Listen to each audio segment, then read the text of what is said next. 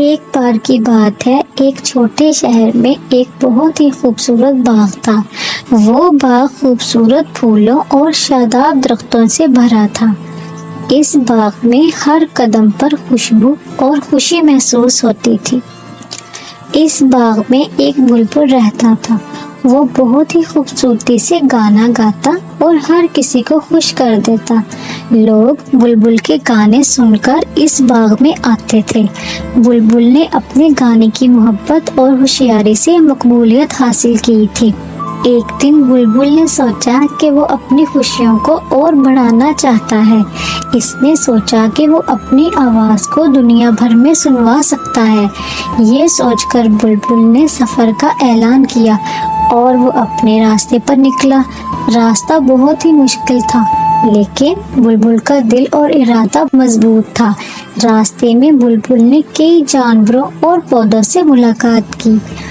وہ ان کو اپنی خوشگواری اور گانے کی سرگرمی کے بارے میں بتاتا۔ سب نے اس کی خوش آواز کو پسند کیا۔ بلبل کا سفر مزید لمبا ہو گیا۔ ایک دن اس نے ایک جنگل میں ایک بہت ہی دور گونجتی آواز سنی۔ وہ جنگل میں گیا اور ایک پرانا درخت دیکھا جس پر ایک دوسری بلبل بیٹھی ہوئی تھی۔